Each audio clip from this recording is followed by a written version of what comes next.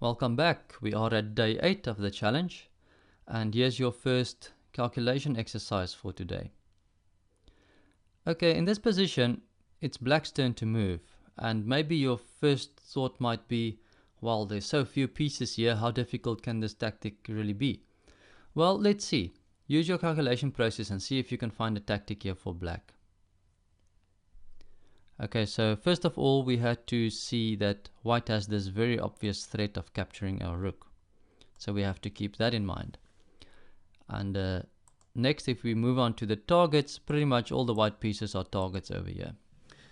We just have to find the correct way to exploit them. Now, when I saw this tactic the first time, I thought, how can a tactic be so difficult if there are so few pieces on the board? Because I struggled solving this myself.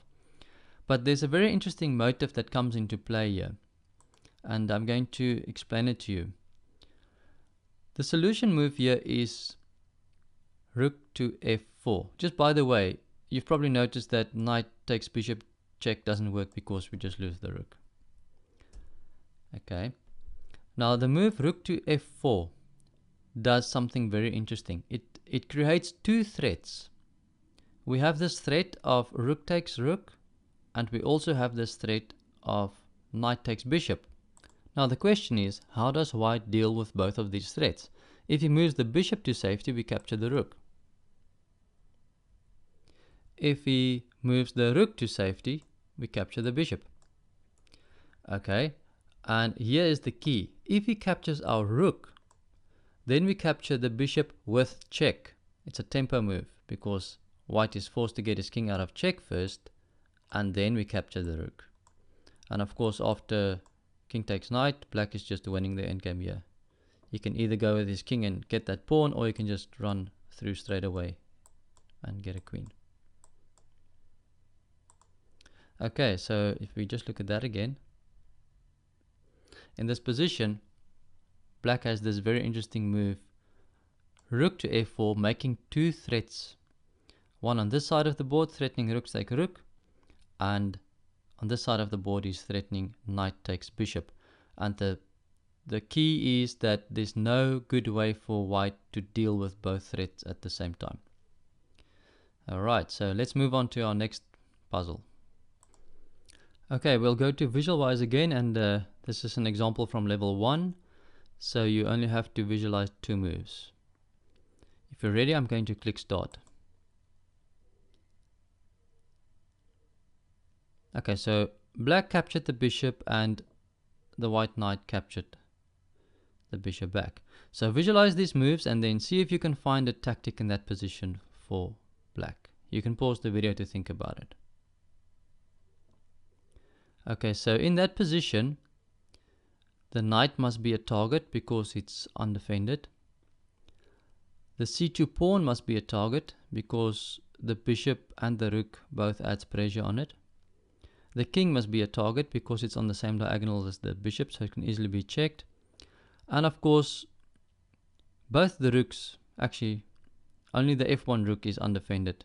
Remember, this rook is now defended by the knight, but the f1 rook is undefended, so it should definitely be a target. And a motive we see here is with the two rooks on the same file, we have a discovered check here. Bishop takes c2 check, and we get the rook. Here's the solution.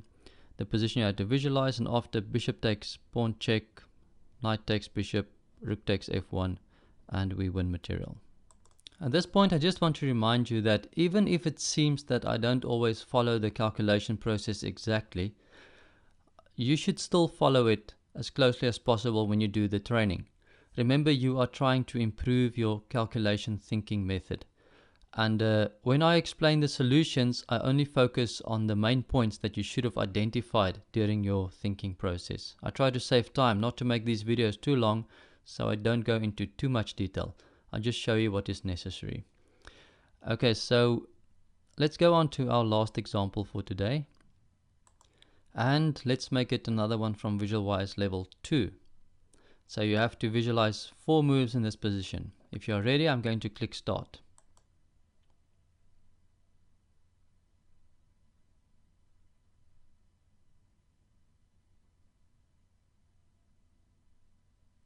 Okay, if you want to see that again, you can just rewind the video to check it out, or else you can visualize that position in your mind and then see if you can find a tactic for white. Pause the video to think about it. Okay, in the position you have to visualize, there are two threats against us. One of them are pretty serious and the other one's not that serious. The serious threat is, since the bishop is now on d7 and the white queen is on a4, black is threatening to capture our queen. And the other threat that's not as serious, but we have to be aware of it, is black is threatening to capture our pawn on b2. Okay, so targets in this position must be the knight. It must also be the bishop, because our queen is threatening the bishop. And the most important motive in this position is to notice that the only piece that's protecting the bishop is the knight. And we can actually remove the knight by playing bishop takes f6 check. So that would be the solution. Bishop takes f6 check. After he recaptures us, then we can play queen takes bishop. Remember, this queen is not protecting the bishop because the queen is over there. So if we click solution, this is the position you have to visualize.